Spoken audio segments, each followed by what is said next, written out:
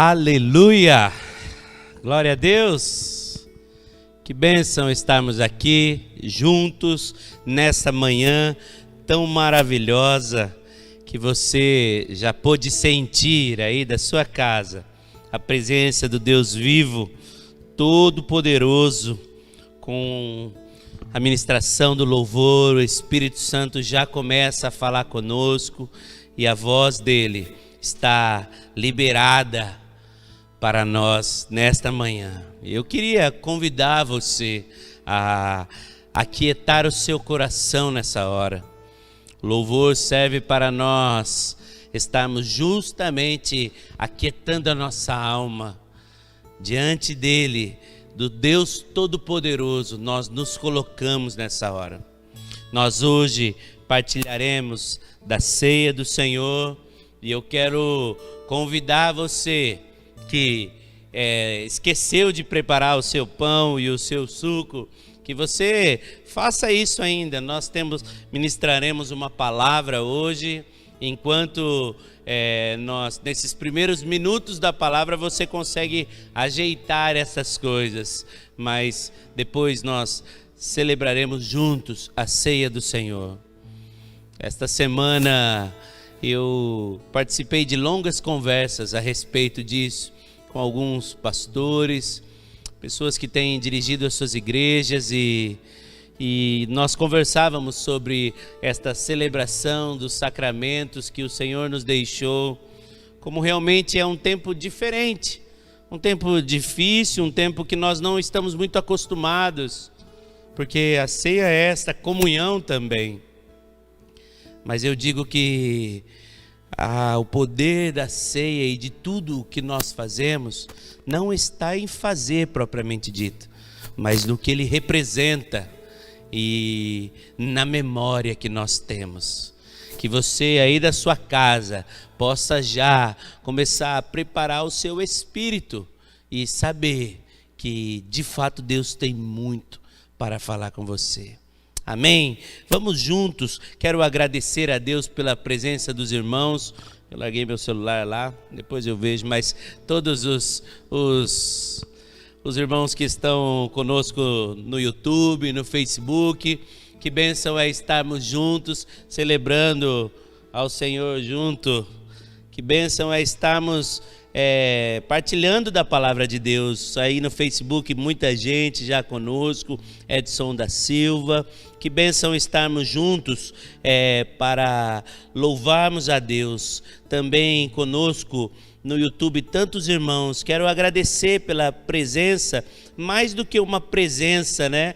Mas esta participação. Queria convidar você aí que está conosco nessa transmissão a mandar o seu oi, bom dia, cumprimentar os amados irmãos no grupo aí, que você possa adorar a Deus junto conosco e que a presença dele, esta glória, possa ser irradiada mesmo aí na sua casa, aonde você está, que você possa ser tomado pela presença do Senhor. Não tem, meus irmãos, restrição para o que Deus pode fazer. Não existe limites. Nós não podemos achar que o fato de não estarmos aqui juntos vai distanciar a presença de Deus dos nossos corações. Bruno Arraes, Edna Mello, Rosiane Neme, Luiz Eduardo Tavares, Rose, James da Rocha, Nathalie, Luciana Granda, Adilson, Rosiana Neme, a Bia, a Sônia Peluso, Roseli, Rogério Martins, Alexandra, Lucas Barbosa, o Lucas está aí, ó.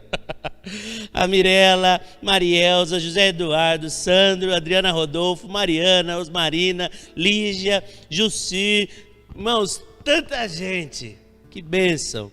Nós podemos estar juntos aqui, porque não tem nada mais importante do que louvarmos. Dona Anice pelo Facebook, olha lá. O Elvis Fusco agora ali, bom dia. A Elzinha, bom dia. Que o Senhor abençoe a vida dos irmãos. Que esse dia possa ser um dia precioso e que a presença do Senhor possa tocar as nossas vidas. Amém, meus irmãos? Glória a Deus. Eu então, diante desta bênção que é estarmos aqui juntos, gostaria de ministrar uma palavra ao seu coração. E esta palavra vem de encontro a tudo que temos crido e o que temos professado nesses dias. Abra sua Bíblia no livro de Juízes, capítulo 4. Você que tem acompanhado as transmissões aqui da nossa comunidade, tem visto Juízes aparecer bastante. Juízes tem aparecido bastante aqui porque nós cremos que é uma palavra de Deus para esses dias. E eu creio ser uma palavra que o Espírito tem revelado a nós, olhando estes homens e mulheres com o objetivo de aprender daqui posturas e práticas de vida.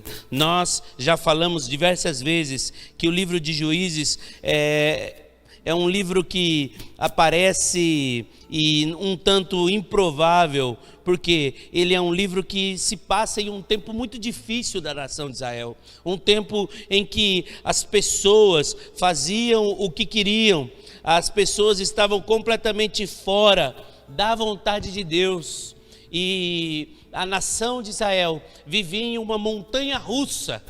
A nação de Israel vivia num tempo em que um dia estava bem e outro dia estava precisando clamar ao Senhor mesmo para sair das mãos dos inimigos.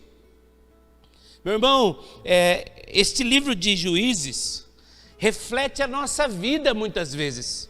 Quero que você esteja atento ao que eu estou dizendo, porque este livro de Juízes não é algo que nós devemos olhar como alguma coisa muito distante de nós. Nós temos sido assim.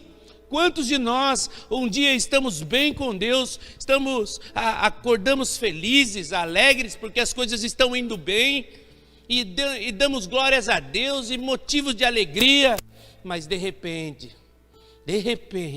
quando as coisas não vão tão bem assim, e as coisas, nós começamos a achar que nada vai dar certo, e tudo vai piorar, e as coisas acabam indo de mal a pior. Muito bem, Juízes reflete a nossa vida. Este livro está aqui para ensinar-nos que não tem nada mais importante para um cristão do que a constância. Eu e você precisamos ser constantes na nossa fé, trabalhar muito para que seja assim. Então nós temos aprendido, falamos sobre Sansão, falei sobre Jefté semana passada. Ontem, se você assistiu a live dos jovens, você viu que eles falaram sobre coragem e Gideão. Quer dizer, que importantes são essas reflexões. E hoje nós vamos falar sobre uma juíza, Débora, uma voz profética. Meus irmãos, como Deus tem algo para falar. Abra sua Bíblia comigo aí, Juízes capítulo 4, a partir do versículo 1, diz assim: os filhos de Israel tornaram a fazer o que era mal aos olhos do Senhor. Olha lá, quer dizer, estavam bem, tornaram a fazer o que era mal aos olhos do Senhor. Depois da morte de Eude, que foi o último juiz. E o Senhor entregou nas mãos de Jabim, rei de Canaã, e governava Azor. O comandante do seu exército era Cícera, que morava em Arosete, Agoim. Os filhos de Israel clamaram ao Senhor, porque Jabim tinha 900 carros de ferro. Durante 20 anos, preste atenção, 20 anos, oprimia duramente os filhos de Israel. Então, versículo 4, Débora, profetisa, esposa de Lapidote, julgava Israel naquele tempo. Ela atendia debaixo da palmeira de Débora, entre Ramá e Betel, na região montanhosa de Efraim. E os filhos de Israel vinham até ela para apresentar suas questões. Débora mandou chamar Baraque, filho de Abinoão, de Quedes de Naftali, e disse: o Senhor Deus de Israel deu a seguinte ordem: vá, reúna os seus homens no monte de Tabor, escolhendo 10.000 homens dos filhos de Naftali, e dos filhos de Zebulon, eu farei com que Sísera, comandante do exército de Jabim, se dirija até você junto ao ribeiro de Quizon, com os seus carros de guerra, suas tropas, e o entregarei nas suas mãos. Então Baraque disse a Débora: se você for comigo, eu irei, mas se não for comigo, não irei. Ela respondeu: certamente irei com você, mas a honra da investida que você está empreendendo não será tua, porque o Senhor a entregará Sísera nas mãos de uma mulher. Interessante, a história de Débora é fantástica, porque nós não temos tempo de ler o capítulo 4 e 5. Aliás, é só aqui que você vai encontrar a história de Débora. Uma juíza, num tempo improvável, num tempo difícil, em uma sociedade patriarcal que não valorizava as mulheres. Surge esta juíza, profetiza. Débora tem o nome, do significado do nome dela, chama abelhas, quer dizer abelhas no significado judaico aqui. Era uma abelha que trabalhava. Quer dizer, Débora surge e profetizava e ensinava a nação de Israel nesses dias. Dias em que, novamente, eles são conquistados por Jabim, rei de Azor, e o comandante dele, Sísera, possuidor de eles colocam aqui 900 carros de ferro. Quero que você entenda que para uma sociedade que era da época extremamente arcaica, não haviam armas tecnológicas como existe hoje. Aliás, quem tinha 900 carros de ferro, que você deve entender, carros como não carros de motor, né? Carros com propulsão animal mesmo. Acontece que eram carroças revestidas, e estas carroças davam aos comandantes ali, pessoas, proteção enquanto eles se aproximavam, e tinham pequenos buracos onde eles disparavam flechas. Quer dizer, era um aliado poderoso em uma guerra. Jabim, rei de Azor, então ele dominava por ter aquela disponibilidade tecnológica em suas mãos. Nesse momento, Débora surge profetizando, julgando os casos de Israel. Nós vimos aqui que ela fica debaixo da palmeira de Débora, e os filhos de Israel vêm a ela para apresentar os casos. E quando a nação menos espera, Débora sente uma palavra de Deus e pede para que seja chamado Baraque, um homem valente. Baraque, então, chamado à presença de Débora, e Débora fala: o Senhor entregou Jabim e Sísera em nossas mãos. Levante 10.000 homens das tribos e vamos à batalha. Baraque fala: eu até vou, mas você vai ter que ir comigo. Aí Débora fala: nós iremos, eu irei com você. E te digo mais, a honra desta batalha o Senhor concederá às mãos de uma mulher. Muito bem, a história acontece, e de uma hora para outra, no versículo 11, aparece um outro cidadão aqui, chamado Éber, o queneu, que tinha se afastado de sua nação e morava sozinho nas montanhas, nas suas tendas, e sua esposa chamada Jael. Muito bem, naquele dia em que o povo sobe, Débora, Baraque e todo o exército, o Senhor entrega todos estes filhos de Azor, Jabim e Sísera nas mãos do Senhor. É lindo de ver a canção de Débora, porque ela começa a falar que os carros de ferro foram atolados. Você imagina que é isso? Eles ficaram atolados. O Senhor proporcionou para eles uma chuva na hora da guerra, e os carros ficaram atolados, e eles puderam vencer pela glória do Senhor. Sísera, este comandante de Jabim, não morrendo em batalha, ele sai fugido. Eu estou contando a história para você entender. Ele foge e vai pedir pouso na casa deste Éber, o queneu. A sua esposa Jael, ela oferece para ele leite em cálice de príncipe. A esposa de Heber fala assim: fique onde está, fique à vontade, meu senhor, entrega tudo tal. E enquanto Cícera está dormindo, ela pega uma estaca. Era comum as mulheres terem essas ferramentas, porque a montagem das tendas naquele tempo ficava a cargo das mulheres. Então ela tinha a estaca, e ela pega uma estaca e uma lança, como se fosse um prego grandão. Aliás, ela pega uma estaca e o seu martelo. Ela bate na fonte, diz a palavra do Senhor. Ela bate e o homem, Cícera, que estava dormindo, cansado, nem vê. E a vitória e a morte de Cícera é entregue a Jael, esposa de Heber. Depois desse tempo, a paz e toda a nação de Jerusalém continua desfrutando da paz. Que história linda, que história linda, que história linda, e que interessante ver. Eu gostaria de fazer algumas afirmações iniciais aqui, dizendo assim: o olhar que temos para os nossos inimigos. Muitas vezes nós olhamos para as coisas que se levantam, assim como o povo olhava para os 900 carros de ferro. Para aquele que está confiante na palavra do Senhor, o olhar para as coisas que nos desafiam são possibilidades de vitória. Você está sofrendo com a pandemia, está sofrendo as dificuldades, está sofrendo, mas eu quero dizer para você que há pessoas que olham para toda esta situação e fazem dessa situação uma capacidade ou uma oportunidade de fazer diferença.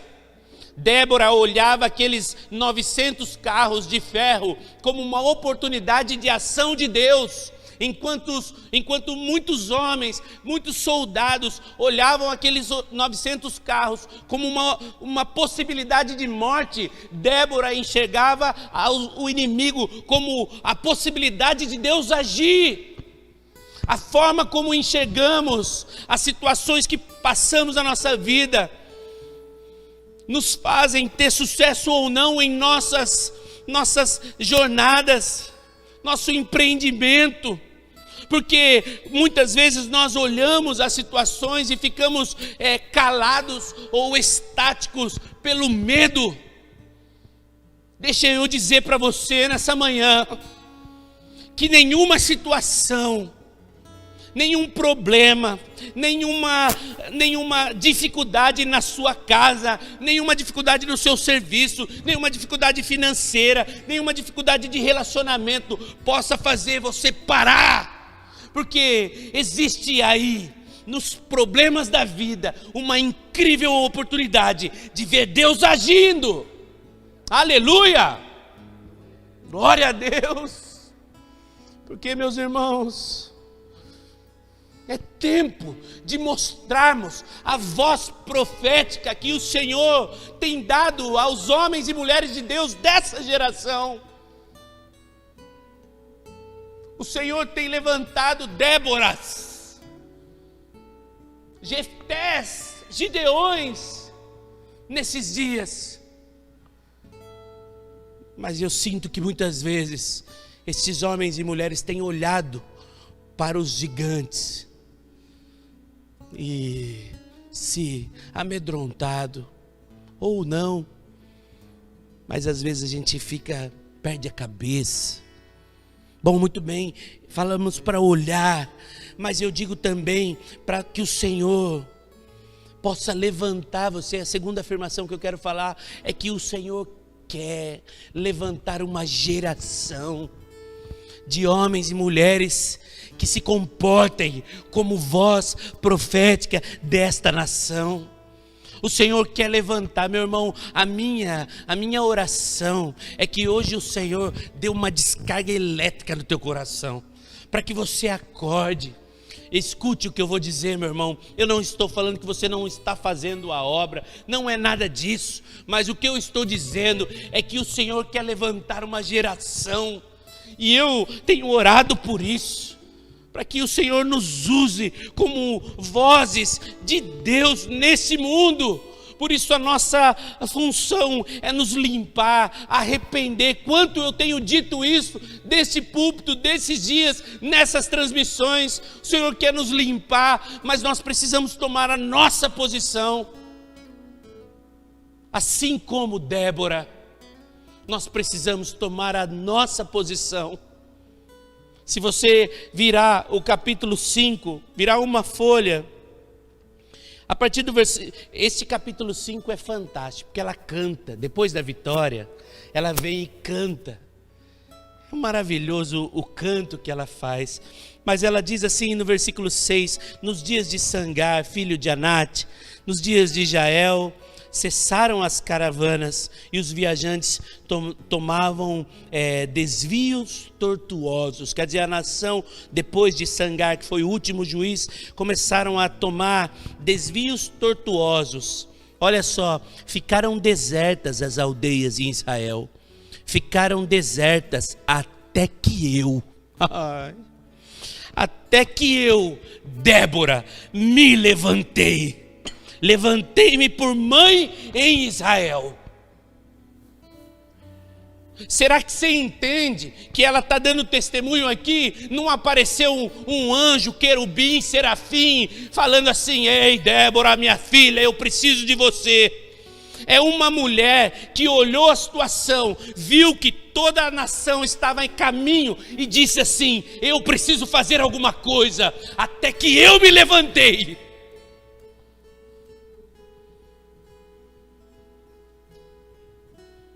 É preciso fazermos alguma coisa. Uma vez me perguntaram assim: pastor, como foi a experiência do seu chamado? Eu não sei, nenhum anjo apareceu para mim. Eu simplesmente disse: Senhor, eu estou aqui. Eu fiz algumas provas com Deus. O Senhor quer que eu vou mesmo? O Senhor faça isso, faça aquilo, me mostre. Mas quer que eu te diga, meu irmão, nós não temos que esperar a Deus, porque a palavra dele já está dita. Ei, nós precisamos ser geração de Débora, que olha para essa situação e fala assim: até que eu me levantei. Isso é fantástico. O Senhor quer uma geração. Débora, uma mulher que contra todas as possibilidades de uma sociedade patriarcal, de uma sociedade que não valorizava, se levanta. E o versículo 4 do capítulo 4 de Débora descreve Débora, profetiza, esposa de Lapidote. Ser profeta naquele tempo, o que é isso? O que é ser profeta? Talvez na sua mente venha hoje, quando fala assim, profeta, você pensa naquelas pessoas que ficam tentando adivinhar. Existem uma centena de transmissões ao vivo no Facebook, de homens e mulheres que ficam ali falando, profetizando. Eu quero desconstruir isso daí. Porque dom de revelação é uma coisa. Aquele que tem um dom de revelação, uma palavra de sabedoria, uma palavra de conhecimento, isso é uma coisa. Homens e mulheres que de fato tenham, porque hoje em dia também tem muita gente que não tem. Desculpa, eu não estou falando mal de nenhuma pessoa, mas, meu irmão, alguém falar para você, se alguém algum dia falar para você: ó, o diabo está tramando contra a sua vida, meu irmão, isso não é uma revelação, porque isso aí você já sabe, tá bem? Satanás, a Bíblia fala, está em volta, ela anda em derredor, ele está tramando contra a sua vida todos os dias. Porque eu sinto que nesses dias as pessoas, e muitas pessoas pseudo-cristãs, se aproveitam da fragilidade emocional das pessoas. Profetizar não tem nada a ver com adivinhar futuro, porque senão seria uma espécie de vidente, mãe de Ná. Existem, sim, o dom de palavra de conhecimento, palavra de sabedoria, que são revelações acerca do que vai acontecer, que o Senhor emprega a pessoas e os seus filhos no momento certo. Mas esse tipo de profecia que se veicula, e a internet é o reduto disso. Esteja atento, porque ser profeta não tem nada a ver com isso. Amém? Eu não descreio da profecia. Aliás, eu conheço. Nós temos nos tornado homens e mulheres profetas para esse tempo. O que eu estou ensinando a você é que é muito mais do que ficar na frente de um celular tentando adivinhar o futuro das pessoas. Isso não é profetizar. Ser profeta nesse tempo, se você abrir a sua Bíblia em 2 Pedro, abra a sua Bíblia lá, 2 Pedro, capítulo 1. Diz assim a palavra do Senhor, em 2 Pedro, capítulo 1, versículo 20. Diz assim: primeiramente, porém, saibam que nenhuma profecia da Escritura provém de interpretação pessoal. Porém, nunca, jamais qualquer profecia foi dada por vontade humana. Entretanto, homens falaram da parte de Deus, movidos pelo Espírito Santo.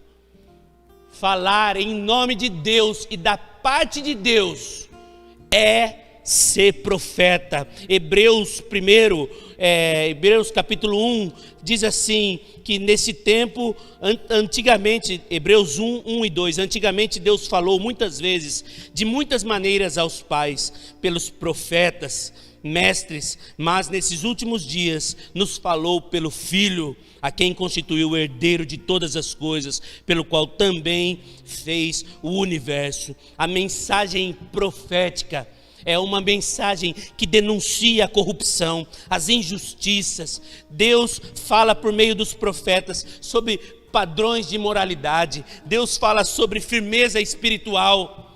A voz profética é uma voz que traduz a voz de Deus para esta nação. Escute o que eu estou dizendo a você, porque dizer que Débora era uma profetisa não pode passar simplesmente como uma palavra para nós. Significa que ela era uma mulher que era a boca de Deus para a geração que ela passava. Ser profeta é entender e falar as palavras que o Senhor tem para essa geração. A profecia começa a aparecer sistematicamente depois de Moisés e Arão, seu irmão. Quando Deus, lá naquela sarça ardente, chama Moisés. E Moisés disse: eu não posso ir porque eu não sei falar. Olha como a história é maravilhosa. Profeta de Moisés, fala: eu não sei falar. Lá no capítulo 7. Êxodo 7, isso daqui eu teria que dar uma aula para você sobre isso aí, porque eu realmente me preocupo com a concepção do que seja ser profeta nos nossos dias. Nós estamos fazendo dos profetas como adivinhos, verdadeiros videntes, e é por isso que muitos homens e mulheres estão correndo atrás de profecia. Senhor, me revela aí, oh Deus, revela-me, me revela. Esteja atento, diz o Senhor lá em Êxodo, capítulo 7, lá a partir do versículo 1. Então Moisés disse: veja, eu estou construindo com Deus, o Senhor disse a Moisés: veja como eu o constituí como Deus sobre Faraó, e o seu irmão Arão será o seu profeta. Há versões que falam mensageiro, há versões que falam porta-voz. Profeta é aquele que fala em nome de Deus. Débora era profetisa.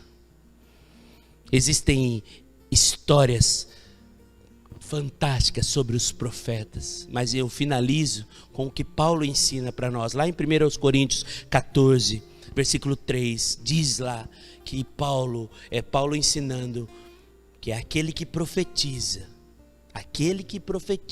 o faz para 3 razões. Ele faz para edificar, para exortar e para consolar. Quer dizer, meu irmão, que a profecia não é só um oráculo, ela pode acontecer. E quando nós falamos sobre Débora, falamos que ela foi uma profetisa.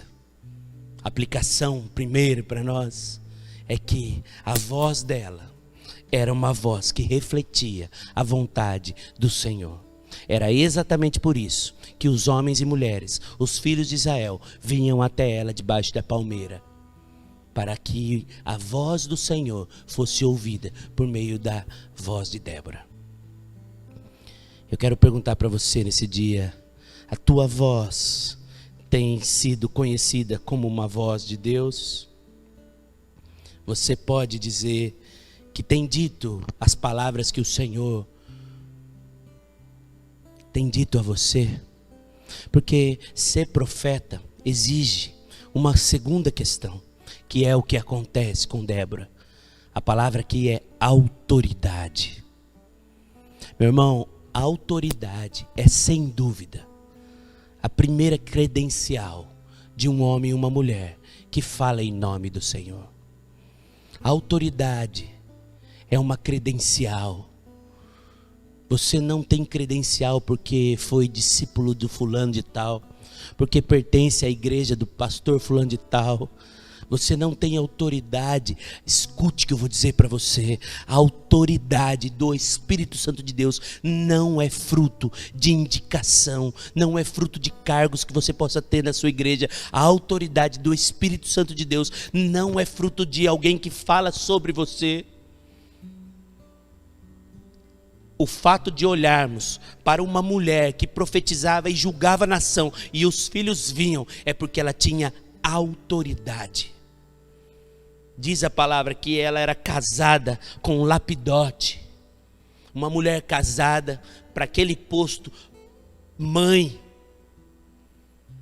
uma mulher que tinha uma vida. Escute o que eu vou dizer para você, escute em nome de Jesus, meu irmão, porque muitas vezes você tem sofrido, as pessoas, você pensa, não me escutam, eu falo e não resolve, falo e não acontece nada.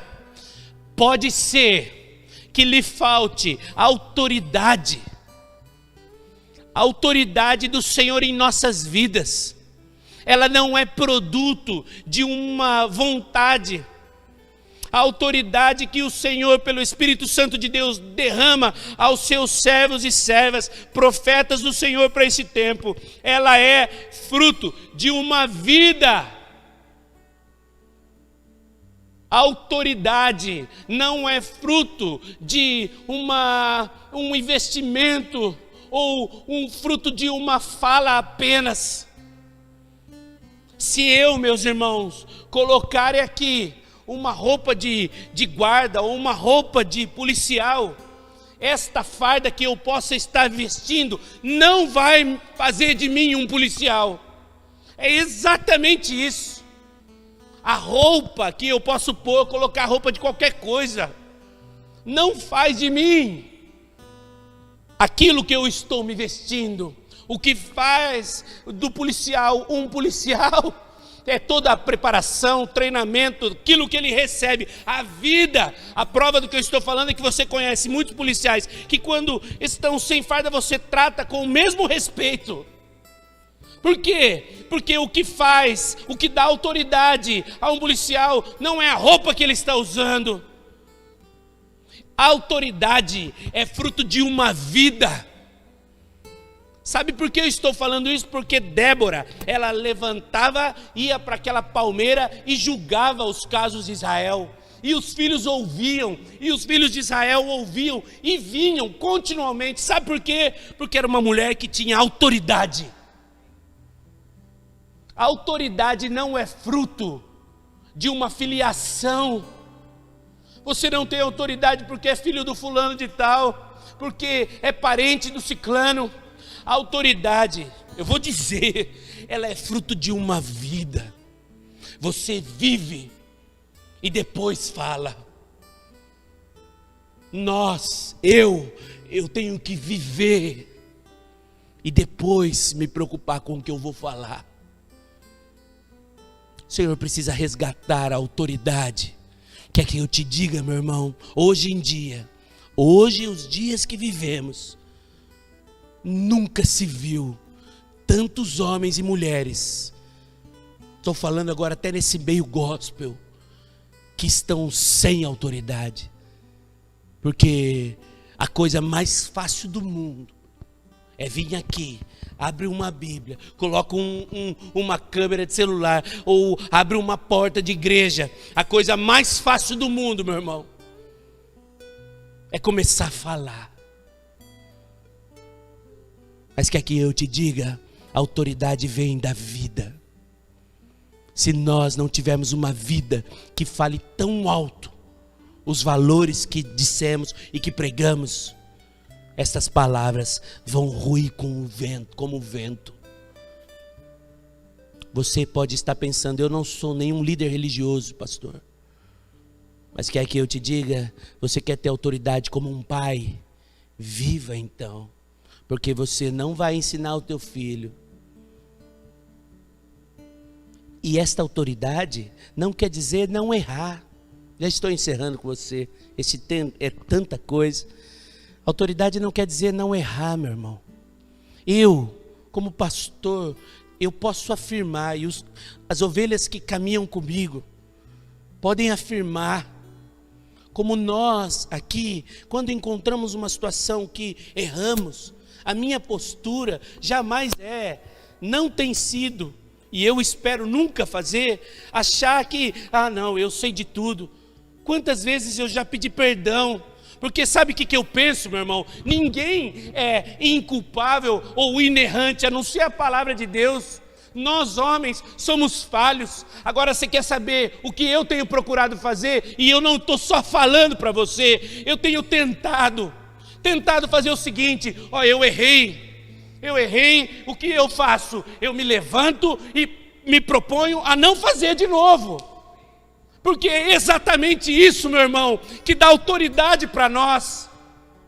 Autoridade porque nós não somos seres humanos inerrantes. Nós temos, sabe o quê? Dificuldades, problemas, e justo, e a coisa mais linda que um homem pode fazer é assumir os nossos erros e dizer: meu irmão, errei com você, me desculpa. E sabe o que nós vamos fazer? Vamos consertar isso aí, e não vamos mais fazer. E agradece, obrigado, porque Deus tem usado a voz das pessoas para nos, sabe o amigo, como ferro, afia o ferro. É assim. Agora, há muitos de nós que não aceitam. Quantas vezes, meu irmão, eu já pedi desculpa, às vezes, pro meu filho, meu filhinho que está assistindo aí. Toda vez que eu falo dele, ele fala assim: falou de mim, pai. Meu filho, bonitinho. Meu filhinho que está assistindo, bonitinho. Está assistindo. Quantas vezes ele pode dizer: papai errou com você, filho. Eu falei com nervosismo, me perdoa. Quantas vezes? Sabe por quê? Porque a autoridade não é fruto de fala. A autoridade é fruto de vida. E esta mulher tinha autoridade. Eu quero encerrar com você, dizendo o seguinte. Eu falei, para que você entenda, tá bem? Os pontos dessa breve reflexão. Eu coloquei para você a questão do ser profeta, voz de Deus para essa nação. E eu falei para você sobre o fato de uma pessoa que vive com autoridade é uma pessoa que vive aquilo que diz, que fala. E a última coisa que eu quero falar, uma característica dessa mulher virtuosa, juíza, abençoada, é que ela era simples. A simplicidade. Você não vê no texto ela reclamando para si. No mínimo, não, eu posso atender, Israel, viu? Mas eu preciso de uma sala com ar-condicionado, eu preciso de coisa, Não. A característica que nós vemos é essa mulher no campo, debaixo de uma palmeira, simples. No caso dela, no caso dela ainda mais por uma questão de testemunho também, porque em uma sociedade extremamente discriminatória com as mulheres, se ela estivesse dentro de tendas atendendo a homens, ela podia sofrer algum tipo de abuso, ou alguém poderia falar. Então ela prezava por um testemunho, estava em um lugar onde todo mundo pudesse vê-la. Olha que fantástico isso. Simples. A tua vida é simples, meu irmão. Deixa eu dar uma palavra do Espírito Santo. Eu quero ser uma voz profética para você hoje quero ser uma voz profética na sua vida. Meu irmão, deixa eu te dizer, acomode-se. Não no sentido de não fazer mais nada, mas quero o seu coração esteja em paz, com a simplicidade. O ser humano gosta de complicar tudo o que faz. Às vezes nós podemos ter uma vida simples. Simples que eu estou dizendo, não entenda simples, não como pobre. Eu não estou falando para você fazer um voto franciscano, deixar tudo. Não é isso. O que eu estou falando para você é o seguinte: não há problema em não ter recursos, tá bem? O que eu quero que você entenda é que esta não é uma palavra para você perder a vontade de melhorar, tá? O pastor falou que não é para eu querer comprar uma casa, trocar de carro. O pastor está falando para eu ter Não é isso, tá bem? O que eu estou falando para você é que muitos homens e mulheres perdem a paz, porque elas não conseguem trocar de carro todo ano. O celular já trocou e eu não consigo trocar meu celular. Eu não consigo ter o tênis que eu queria ter. Eu não consigo ter a roupa que eu queria ter. Eu não consigo. Então as pessoas estão perdendo a paz. Quando estou dizendo a você para se acomodar, não é no sentido de não fazer nada, mas eu estou dizendo a você para que as coisas dessa vida que você não consegue ter, elas não te perturbem. Você pode e deve viver bem com o que você tem e procurar melhorar sempre, tá bem? Mas estas coisas não podem ocupar o nosso coração como fonte de angústia. E estamos angustiados porque eu queria aquilo, eu queria. O desejo é a falta. Nós temos falta, desejamos aquilo que não temos, e quando adquirimos, aquilo perde importância. E eu passo para o próximo desejo. Quer que eu te diga, como psicanalista, há muitos de nós que têm vivido de desejo em desejo para ocupar um buraco que tem no coração. Desejo em desejo, projeto em projeto, porque falta um preenchimento ali, e eu estou tentando preencher agora com um projeto novo, com um carro novo. Eu compro o carro, some o desejo, compro outra coisa, e nós vamos vivendo de desejo em desejo, desesperados para cumprir o buraco que falta no coração da gente. E quer que eu te digo, não preenche, porque nos falta essa mentalidade simples. Insisto, simples não quer dizer falta de recurso. Simples é o que Deus abriu a sua porta para que você tenha. Pode ser hoje uma mansão ou uma casa pequena, não importa. Deus abriu para que você tenha possibilidades pela força do seu trabalho. O Senhor abriu portas para você. Quer que eu te diga, meu irmão? Esta mulher era simples, porque a preocupação dela não era estar em um suntuoso templo atendendo. A preocupação dela era com os homens e mulheres que chegavam até ela todos os dias. A preocupação, volto lá, era ser voz de Deus para aquelas pessoas. Meu irmão, encerro com você, Juízes capítulo 5. Eu convido você durante essa semana, tá? Lê capítulo 4 e 5 de Juízes, a história de Débora. E o capítulo 5 é a canção dela. Imagina, coisa linda. Deus, quando levanta essas mulheres sensíveis, ai Deus, que poder. Débora é uma juíza poderosa. E ela começou a cantar o cântico de Débora. Fala coisas tão lindas. Diz assim: naquele dia, depois de toda a vitória que eu falei para vocês, Débora e Baraque, filho de Abinoão, cantaram assim, porque os chefes se puseram à frente de Israel, e o povo se ofereceu voluntariamente. Bendigam ao Senhor. Escutem, ó reis, ouçam, ó príncipes, eu mesmo, ela está falando, cantarei ao Senhor, salmodiarei ao Senhor, Deus de Israel. Quando tu, ó Senhor, saíste de Seir, marchando desde o campo de Edom, a terra estremeceu, os céus gotejaram, está vendo? Era um cenário de chuva, e até as nuvens gotejaram água, os montes tremeram diante do Senhor, até o sinal diante do Senhor, Deus de Israel. Nos dias de Sangar, filho de Anate, nos dias de Jael, cessaram as caravanas e os viajantes tomavam os desvios tortuosos. Ficaram desertas, as aldeias em Israel ficaram desertas, até que eu, Débora, me levantei-me por mãe em Israel. Escolheram-se deuses novos, então a guerra estava às portas, não se via escudo nem lança, entre 40.000 em Israel.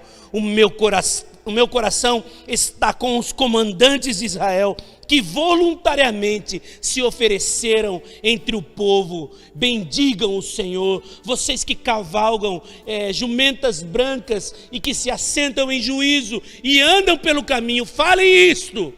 A música dos distribuidores de água, lá entre os canais dos rebanhos, falem dos atos de justiça do Senhor e da justiça a favor das suas aldeias em Israel. Então um povo do Senhor pôde descer aos portões da cidade. Desperte, Débora, acorde e entoie um canto. Levante-se, Baraque, filho de Abinoão, e levem presos os que prenderam. Então desceu o restante dos nobres e o povo do Senhor em meu auxílio contra os poderosos. Isso é fantástico. Desperta. Meu querido, desperta. É o que eu quero falar para você nessa manhã. Desperta. Uma voz profética, uma voz com autoridade e uma voz simples. Uma voz profética, uma voz com autoridade e uma voz simples. É o que Deus tem para você. Desperta, Débora.